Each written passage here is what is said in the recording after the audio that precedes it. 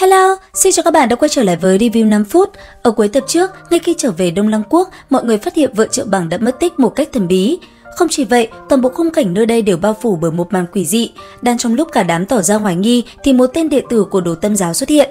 Sau khi dùng một pháp bảo quái dị hút lấy 3 người vào bên trong thế giới băng lãnh, tên đệ tử kia cũng trở về giáo phái của mình.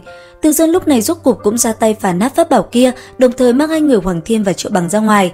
Thế nhưng ngay khi vừa đến nơi, bọn họ đã phải đối mặt với đám đệ tử vô cùng phiền phức của Đồ Tâm giáo và không tốn quá nhiều thời gian, 3 người đã xử lý triệt để đám người này.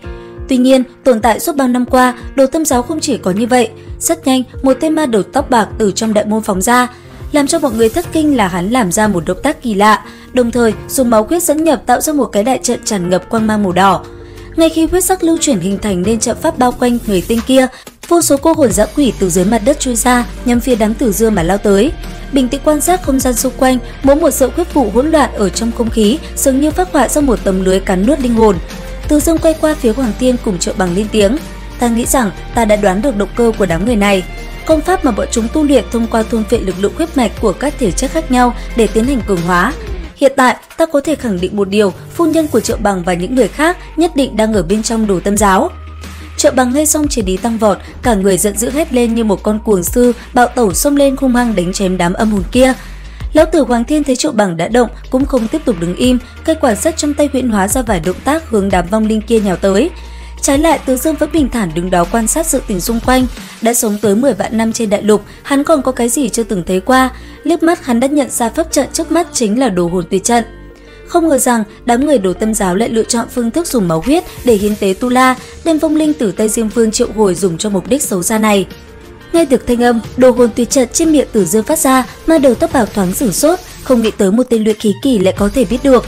Cẩn thận quan sát Từ Dương một hồi, gã mặc dù không rõ vì sao hắn chỉ là tu vi luyện khí kỳ, nhưng từ trên người lại tỏa ra linh khí như đại dương mênh mông, nội lực sâu không nhìn thấu. Bởi vậy, gã đã nổi lòng tham muốn dùng mạng Từ Dương để hiến tế cho đại trận. Gã tin rằng thân thể đặc thù này sẽ đem đến sức mạnh vô cùng lớn. Từ Dương lúc này khẽ nhếch môi, phán đoán của gã hoàn toàn chính xác. Đáng tiếc, gã không có tư cách lấy được mạng Từ Dương, hai người bọn họ vốn dĩ sống ở hai thế giới khác nhau. Nghe Từ Dương châm chọc mình với thái độ khinh bỉ, tên ma đầu kia rốt cục nổi điên, lần nữa làm ra động tác quỷ dị. Rất nhanh, toàn bộ đại sảnh Đồ Tâm giáo được bao phủ bởi huyết hồng sắc. Dưới sự ảnh hưởng của đại trận, từng vong hồn đã mất đều lần nữa nổi dậy, hóa thành đại quân vong linh từ 4 phương 8 hướng xông tới. Từ Dương chứng kiến một màn này, liền cười khẩy lớn tiếng nói: "Đúng là trò mèo, thực lực động thiên cảnh đỉnh phong của ngươi không tệ, đáng tiếc cũng chỉ có thế mà thôi." Ngay khi lời nói vừa dứt, một đạo linh khí thô bạo từ trong tay hắn vung ra, một cỗ lực lượng khủng bố mang theo sát khí phóng tới chớp mặt ma đầu tóc trắng. Ngay sau đó, đám âm hồn xung quanh gã bỗng chốc vỡ vụn, còn bản thân gã cũng bị thương không hề nhẹ mà phun ra một ngụm máu tươi. Thế nhưng làm cho tất cả thất kinh chính là tên ma đầu kia, mặc dù bị thương nhưng thực lực không hề suy giảm. Đại trận huyết sắc dưới chân gã không ngừng thôn phệ máu huyết vừa phun ra mà càng trở nên cường đại. Rất nhanh đại quân vong linh lần nữa sống lại, lao đến trước mặt 3 người Từ Dương. Quả thật lúc này bọn họ bị đám cô hồn dã quỷ kia quấy rối đích thực có chút phiền phức. Đồ sát hết đám này lại có đám khác luân phiên nhau lao tới. Ngay khi một đám vong linh lần nữa được triệu hồi ra, Từ Dương bỗng cảm nhận được một cỗ khí tức vô cùng quen thuộc. Tại thời khắc này, con ngươi trên mắt hắn lóe ra tinh quang, cẩn thận quan sát đám cô hồn trước mắt. Sau một hồi quan sát, hắn rốt cục đã nhìn thấy một bóng dáng quen thuộc. Từ Dương lúc này rốt cục nổi giận, sát khí từ trên người nháy mắt tràn ra. Không ngờ đồ đệ của mình biến mất từ 2 vạn năm trước lại cũng xuất hiện ở đây.